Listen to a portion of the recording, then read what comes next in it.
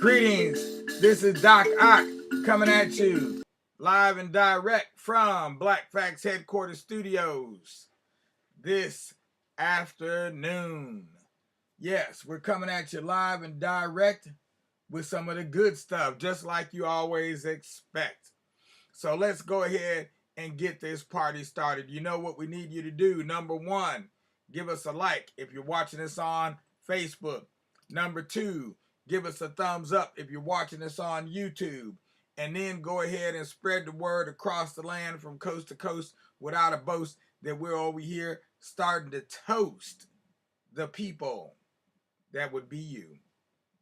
Meanwhile, let's go ahead and see what Garvey has to say today.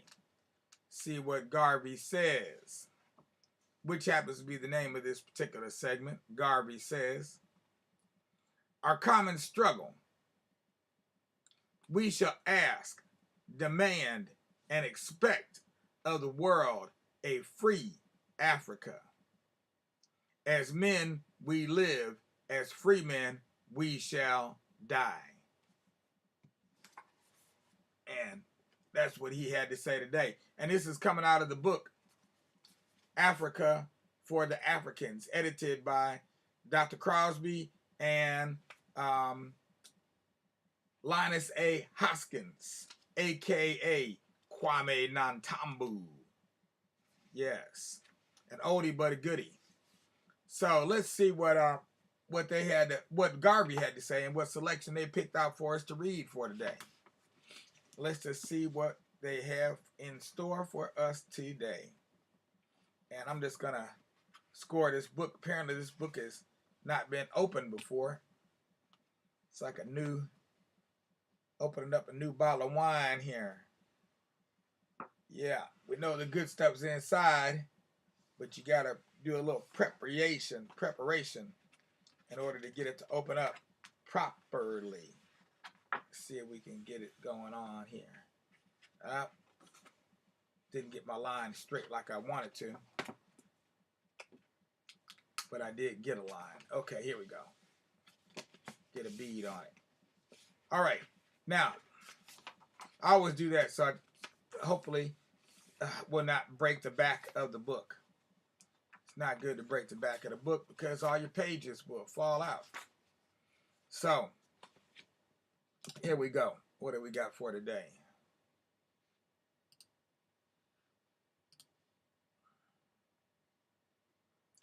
Africa for the Africans. What could be simpler than that idea of Africa for the Africans? But we need to lay it out. Africa for the Africans, in red, black, and green as the colors of African nationalism. In 1920, Garvey issued a call for an international convention of delegates representing the entire African race to be held in the month of August. The convention would seek to bring together the constructive work of the UNIA, in other words, the Universal Negro Improvement Association, throughout the African world.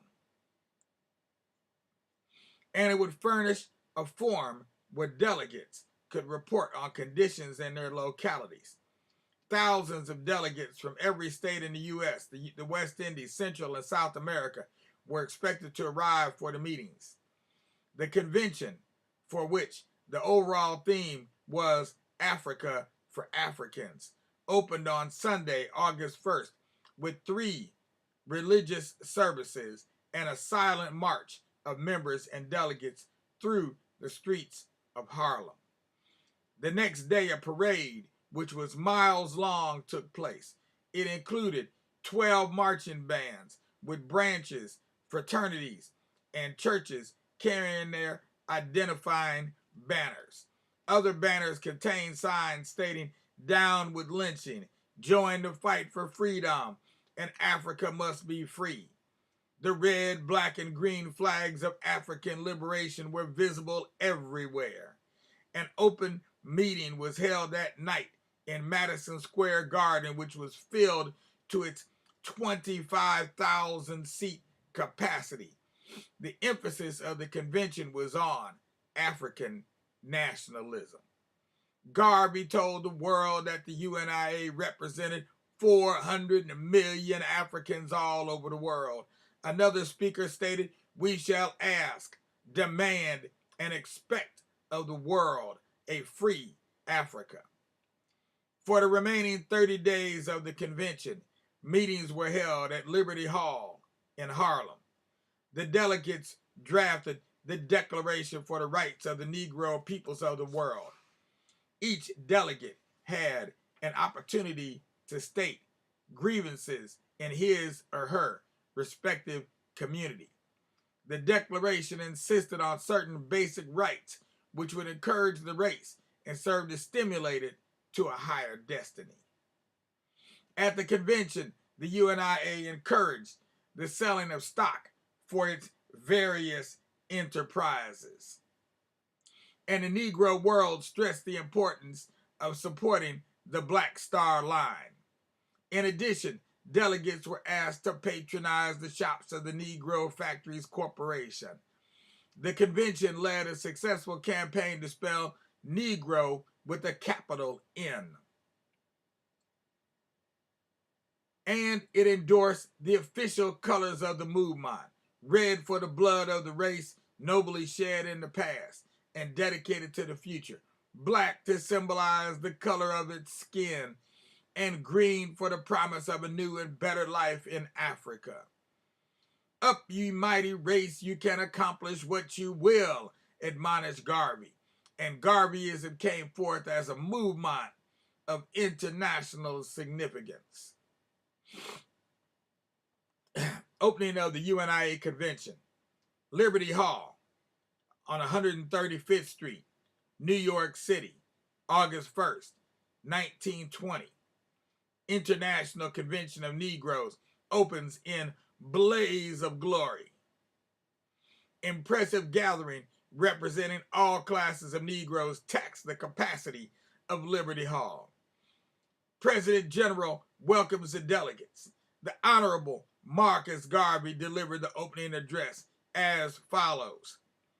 "Fellow members of the Universal Negro Improvement Association, delegates to the convention, friends and fellow Negroes, at this hour it is my honor to inform you that the Universal Negro Improvement Association of the World declares its first annual convention open. For 2.5 years, we have been scattering the doctrines of the UNIA to the four corners of the world. And because of the success of our work, we found it necessary to call together at this time in Liberty Hall the delegates of the 400 million Negroes of the world. And they are here assembled in this hall this Sunday morning. They are here for the purpose of discussing the great problems that confront the Negro. They are here for the purpose of framing a Bill of Rights for the Negro peoples of the world. They are here for the purpose of laying plans for the redemption of the great continent of Africa. We assemble ourselves together because we believe this is the age in which the Negro, like all the other oppressed peoples of the world, should strike out for his own redemption. From the four corners of the world come delegates who are imbued with the spirit of liberty. For over 300 years, we who are citizens and denizens of this Western Hemisphere have been held in slavery. For that period of time, we have been separated from our brothers and our sisters in the great continent of Africa. But this Sunday morning brings native Africans, Negroes of this Western Hemisphere, and Negroes from every country together because we suffer in common. Wheresoever we turn our eyes onto the four corners of the world, we find the Negroes suffering from the abuse of other races. Because of the perpetration of these injustices, we find it necessary at this time to so unite our forces morally, financially, and physically to tear asunder the bonds that held us in slavery for 300 years. So we are here this morning not for the purpose of compromising the cause of the Negro with any race or with any nation. We are here this morning as a free people claiming equal rights with the rest of mankind in this creation that God Almighty gave to us all. We are here, as I said a while ago, to frame a Bill of Rights, to write a new constitution that 400 million black men, women, and children shall support with their life blood if necessary. We are here because this is the age when all peoples are striking out for freedom, for liberty, and for democracy. We have entered this age of struggle for liberty at the same time with the people of Ireland, the people of Egypt, of India, and the people of the eastern states of Europe. We are here, the representatives of 400 million Negroes determined to carve a way for ourselves in this world that God placed us in. We are here because we recognize ourselves as men and we desire to be free men. Introduces distinguished delegate. The delegates assembled here this morning come from all parts of the world. We have on the platform at this time one of the most respected and distinguished citizens of the great Republic of Liberia, the future headquarters of this UNIA. After the convention ends on the 31st of August, I take great pleasure in introducing to you at this time the Honorable Gabriel Johnson, Mayor of the city of Monrovia, Liberia, and General of the Liberian Army. The audience here stood as a token of respect to Mr. Johnson, and the band played the national anthem. Doesn't say whose national anthem or which one, so I'm not sure which song that actually is. Continuing, Mr. Garvey, considering all the circumstances and environments that surround the Negro in Western civilization, we of the UNIA believe that the best thing for the Negro to do is to consolidate his racial force in building his own motherland, Africa. We believe that any progress, any advancement made by the Negro in Western alien civilization is a progress, is an advancement that is insecure, because at any time the alien forces desire to destroy the progress and development of the Negro, the advancement of the Negro, they can do so. For the security of our racial strength, economically, commercially, educationally, and in every way, we have decided to concentrate on the building of the great Republic of Liberia and to make Liberia one of the great powers of the world. We believe that the Negro is entitled to national protection. Whether we be of citizens or denizens of America, we suffer from the abuse of an alien race.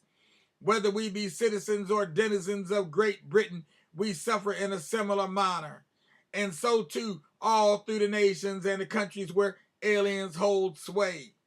We therefore believe that the time has come when the 400 million of us, the millions of America, the millions of the West Indies, of South and Central America, and of Africa should unite our physical, moral, and financial strength for the building up of a great government, a great nation that will protect us, whether we be in the United States of America, in Great Britain, or under any other alien government. See. Okay, so I'm going to go ahead and end right there because I see that we are about to run out of time. So I'm going to end it here because it's a good place to make a break. And tomorrow we'll start back in on Africa for the Africans and see what are the words of Garvey. What did he have to say? Yeah, and actually we've got 2 speeches in here we could read. We may read a second one, but if not, then we'll read something from The Philosophy and Opinions of Marcus Garvey, edited by Amy Jacques Garvey. So we'll continue reading from this book, And then after that, we'll either continue reading from this one or we'll pick up from another book, because we have plenty speeches of Garvey, sayings of Garvey, things that Garvey said. And in the evening, we're doing his biography. So if you want to know more about his life, then just tune in the evening, and you can learn more about his life and his travels and where he went and things of that nature.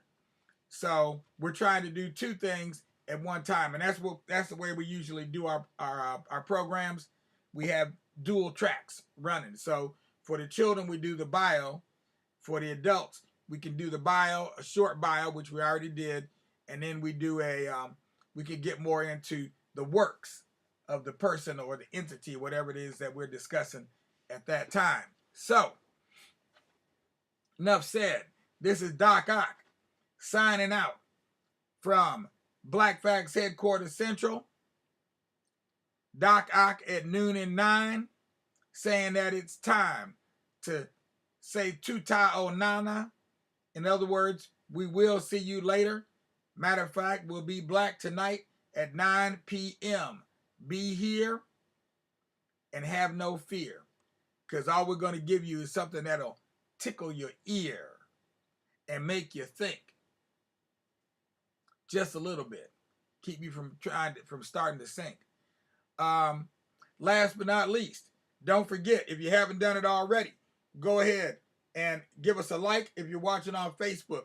Give us a thumbs up if you're watching on YouTube, and then go ahead and make a donation. We're going to keep asking for donations for this is the end of the week. Tomorrow and Sunday, we're not going to do a live stream, but we'll put up some new playlists.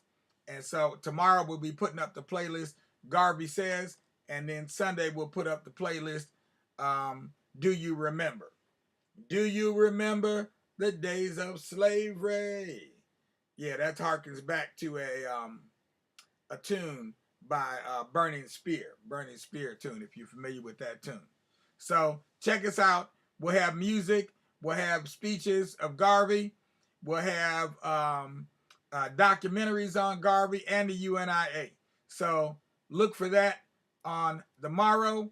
And in the meanwhile, you can make your donations right below. Look for the links. If you're looking on Facebook or YouTube, look for the links below. If you're on your computer, your laptop, or anything like that. If you're on your phone, then look in the notifications column. If you're on Facebook, on YouTube, you'll still go to the description area and find a link to the website where you can make your donations. Peace out, without a doubt, with justice, of course, because anything less just ain't best. Peace out now.